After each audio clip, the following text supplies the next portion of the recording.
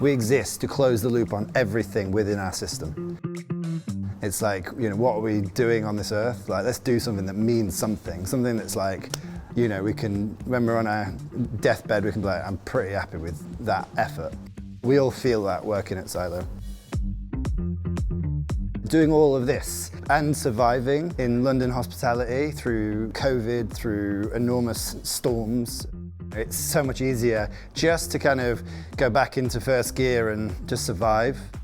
But no, we go into fifth gear all the time. So fermentation, specifically Koji-based fermentation, is so significant to a zero-waste system because it has the ability like no other to upcycle surplus. So before Koji-based fermentation, Silo would maximize about 70 to 80% of the food that came in. After we discovered the potential of Koji, that is now like 99% efficiency. So the fermentation factory is our next project. I never really wanted to open a second silo, but there is an ecosystem of ideas that can complement one another. Predominantly a fermentation factory that can convert not just our surplus, but the industry's surplus. Instead of importing fish sauce from Japan, which we do a lot, thousands of litres, we can make it ourselves, and I don't mean we, but like the British food system can make it ourselves and like prevent enormous climate destruction because we've localized the things that we're importing. We're an island, that makes sense. Why would we not?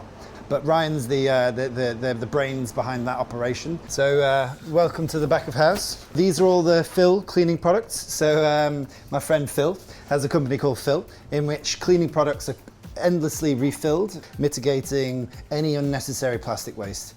And then we come on to Ryan. So Ryan's in his natural habitat. This is the fermentation cave. So Ryan Walker, head of R&D and fermentation at Silo. So I'll hand it over to you, Riri. We call him Riri, like Rihanna. Why do we call you that? I listen to a lot of Rihanna in the back kitchen. Loves Rihanna. Very loud. His name's Ryan, so Riri. So this is our fermentation cupboard. Fermentation, at least for us, is the golden gateway for zero waste. Basically all of our trim in-house, we end up fermenting in this cupboard here. So we have a few various different ferments in here, from shoyus to garums, etc. We have everything made from like all of our dairy trimmings to mutton trim, to whole rabbit carcasses. Down here we have kind of house miso aging in an old wine barrel. Miso is a very core kind of ingredient to our menu. It forms the kind of flavouring of a lot of different dishes. A lot of the ingredients that go into these kind of ferments, they kind of seem like a witch's cauldron almost, as opposed to like a recipe. If you come to the restaurant, we have a bunch of different pipettes of these various ferments to try. So this is our zero soy sauce. This has only been 7 months or so fermenting, where it should normally take a year, so it's quite young still. It's very subtle. It's not super heavy. It's very well balanced. Not very salty. It's very smooth. Let's go to egg whites. Egg whites are something which a lot of people go, oh, like, how are you going to make a garum nice out of egg whites? But egg whites are super complete protein. Think of like Thai fish sauce. This is the kind of the flavour that I associate with this. Light and zesty. It's about a year old. A little bit of funk in the end. Kind of a standalone product that we've been using for quite a long time is basically any garum made out of meat trimming. This is all made of venison sinew. We think it's a great way of taking something like that, which would normally just go in waste, and turning it into something delicious. Well, let's go to cutfish and velvet crab. So these are the bigger ones. But velvet crab is made of, basically velvet crab's bycatch. Like, no one really wants to prep velvet crab in a kitchen, so we use the whole velvet crabs. And then the finale. This is cuttlefish garum, 2019. So kind of our vintage. Pretty much the first successful garum to be made here. So this is intense.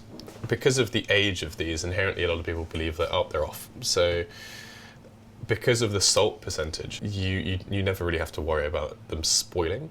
Most foods that we eat every day are fermented. Even the kind of weird ones like coffee, chocolate's fermented, and then obviously your normal ones like yogurt and bread and so on and so forth. So this is just like an extension of that.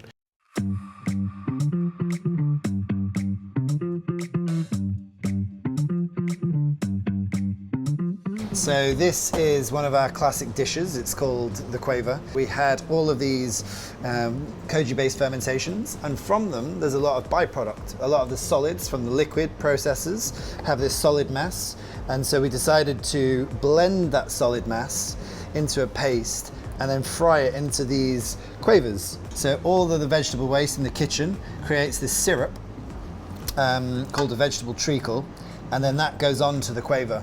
So this is Ragstone cheese. Comes from Neal's Yard Dairy, our dairy supplier. So this goes over the top, and then we just give it a nice coating. When I lift this off, you'll see the cheese left over on the bottom of the tray. We actually keep all of that cheese. The quaver itself is made from the solids of that. So on top you have the cheese, and then the quaver itself is made of the byproduct of this cheese falling off.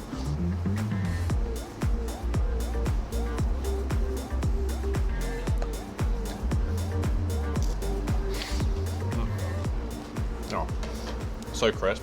Whoa. Fragile, delicate. Yeah, so cheesy. It's delicious. Really well balanced. The treacle's like, you know when you bit into those like jam biscuits where you got a thick jam? It's got that same beautiful mouthfeel, luscious clouds of goat's cheese, and then just this puffed light wafer. It's crisp. It's exquisite. It's the best thing, maybe the best thing we create. Yeah.